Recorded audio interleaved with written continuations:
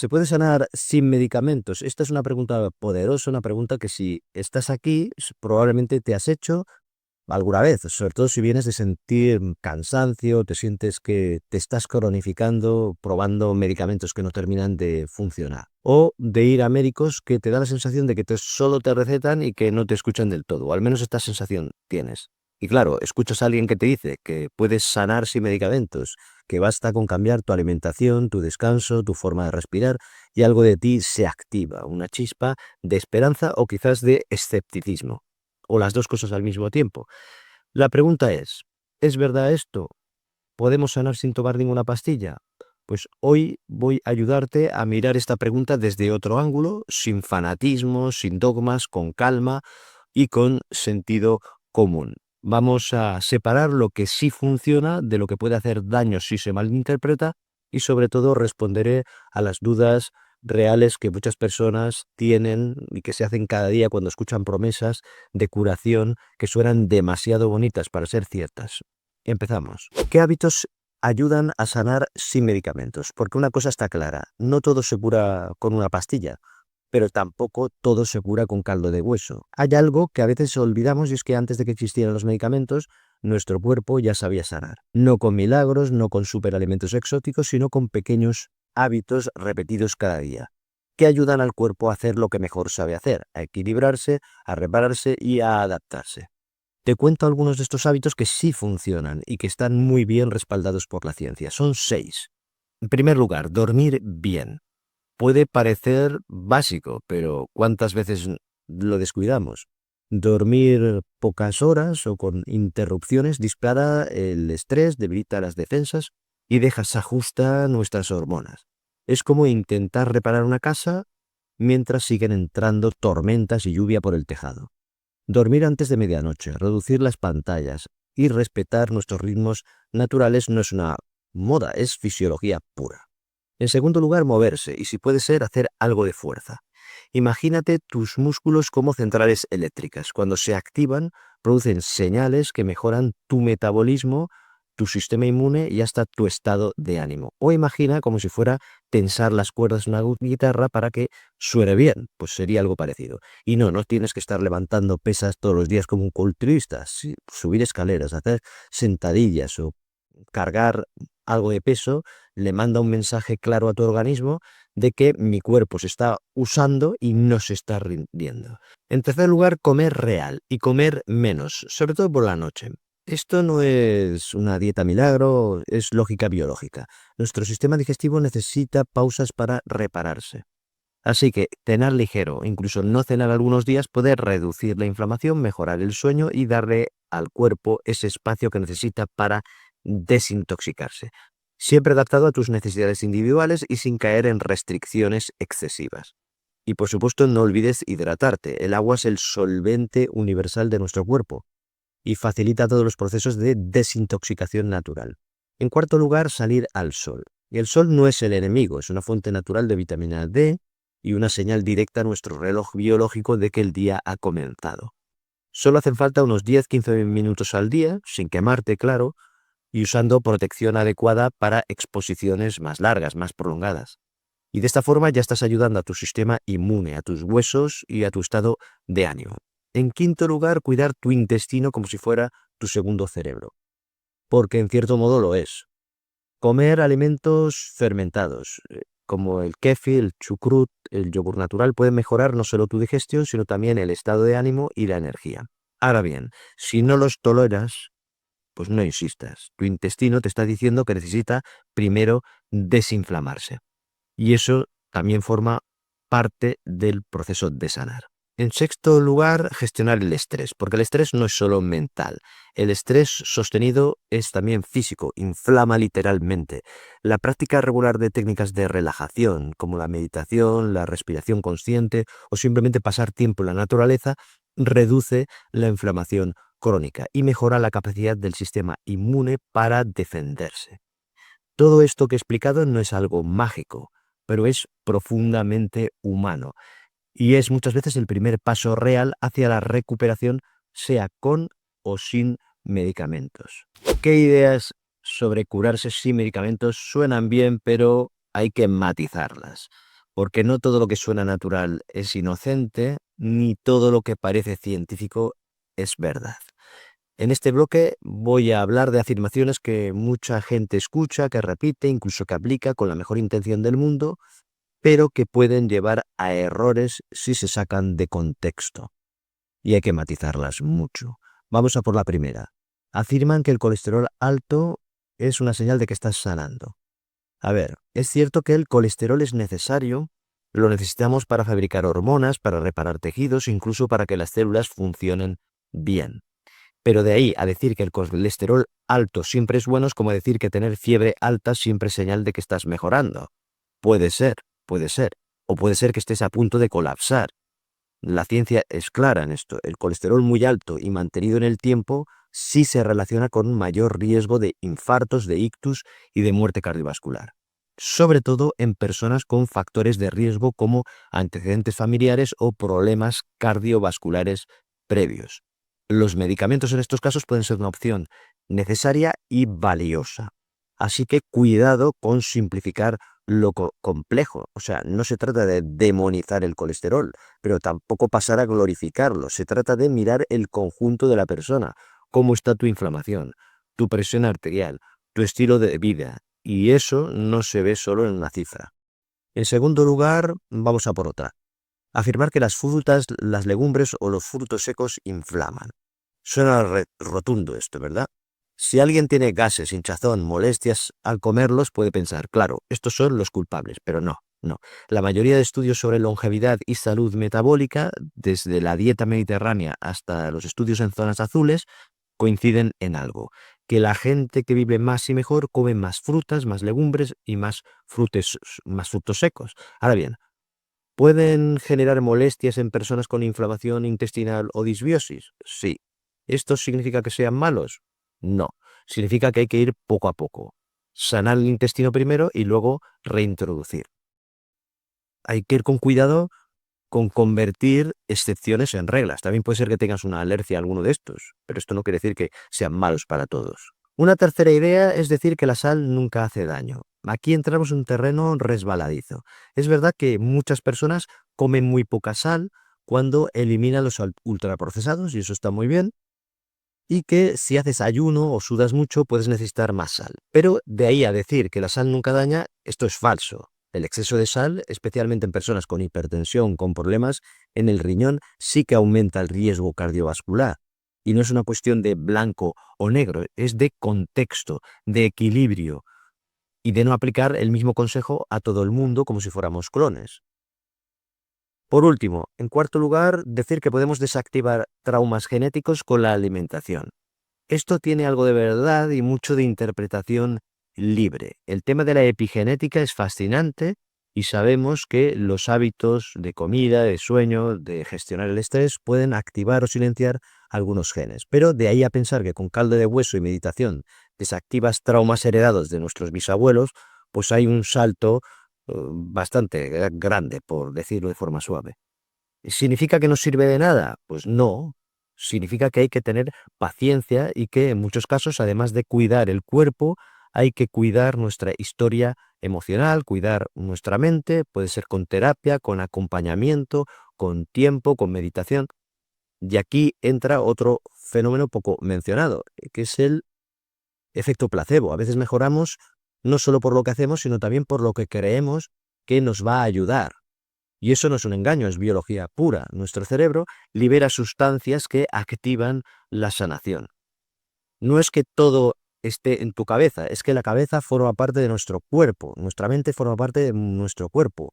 Bueno, y la siguiente pregunta que me harás es, bueno, ¿y cómo sé si una recomendación de salud es fiable? Pues una buena pista es fijarte si quien la propone reconoce sus límites, si menciona estudios verificables y sobre todo si admite que no tiene todas las respuestas. La humildad en salud es el primer signo de sabiduría. ¿Qué preguntas reales están quedando sin responder cuando se habla de sanar sin medicamentos? Porque cuando alguien te dice, yo me curé solo con alimentación y con ayuno y con no se sabe qué suplementos, hay algo de nosotros que quiere creerlo y hay algo dentro de nosotros que quiere preguntar una serie de cosas. Por ejemplo, ¿y si no me funciona?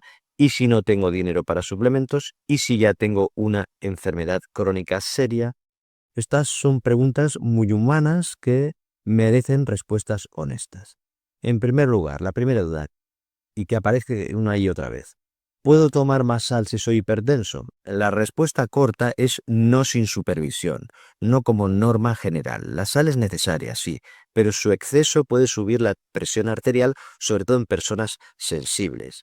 No todo el mundo tolera lo mismo, y aquí más que nunca el escucha a tu cuerpo tiene que ir de la mano con mídete bien, mide tu presión arterial.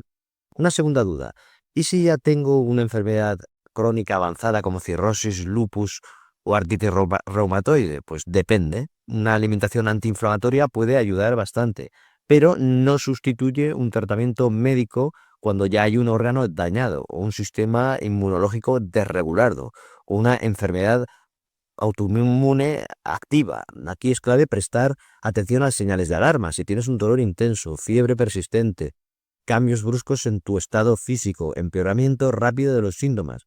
Si te ocurre algo así, no lo dejes pasar y tendrás que acudir a un profesional. Una tercera preocupación que es muy común. ¿Y si no tengo recursos para suplementos ecológicos, carnes bio o terapias caras? Pues buena pregunta. Yo también me lo pregunto, porque la salud no puede ser un lujo. Y sí, muchas veces se vende como si lo fuera, como si fuera un lujo. Pero lo básico y lo más poderoso sigue estando al alcance de muchos. Respirar bien, moverse, exposición moderada al sol, cocinar con comida real, dormir a tiempo. Esto no es todo, pero sí es ya muchísimo. Otra pregunta frecuente, ¿y si no tolero el kéfir, el caldo de huesos o los alimentos fermentados?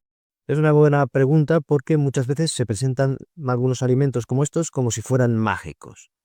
Pero no todos los cuerpos los aceptan igual. Si al tomar kéfir, chucrut o caldo de huesos sientes hinchazón, molestias digestivas o incluso notas dolor, no es que estés haciendo algo mal, es que tu intestino te está avisando.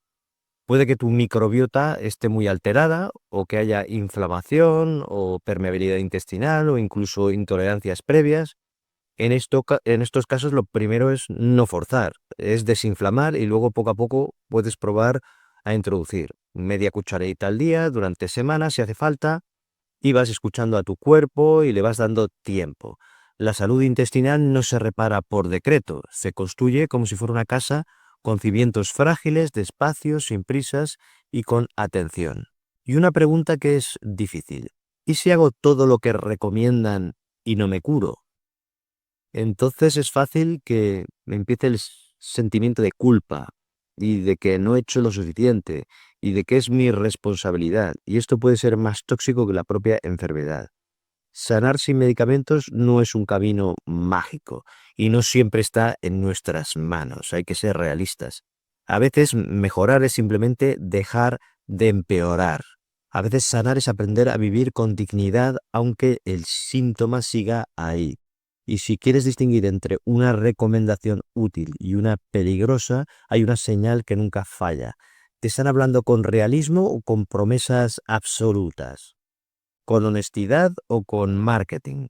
Porque cuando se trata de temas de salud, lo que más cura no es la certeza, sino la claridad. ¿Se puede realmente sanar sin medicamentos o es solo una ilusión bonita? La respuesta más honesta es que depende. Y hay algo que es muy importante antes de cualquier decisión, hay algo que es más básico y que no podemos saltarnos, que es un buen diagnóstico.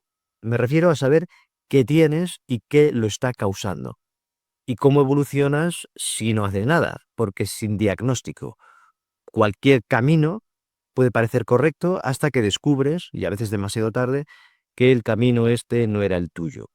Dicho esto, sí, hay muchos casos donde se puede mejorar, aliviar o incluso revertir síntomas, solo con cambios en la alimentación, el movimiento y el descanso. Se puede ver en personas con insomnio leve, con ansiedad, con hipertensión incipiente, con dolor funcional, con migrañas, con colon irritable. Esto cuando se hace bien, sin prisas y sin extremismos. Y los resultados pueden ser sorprendentes a veces.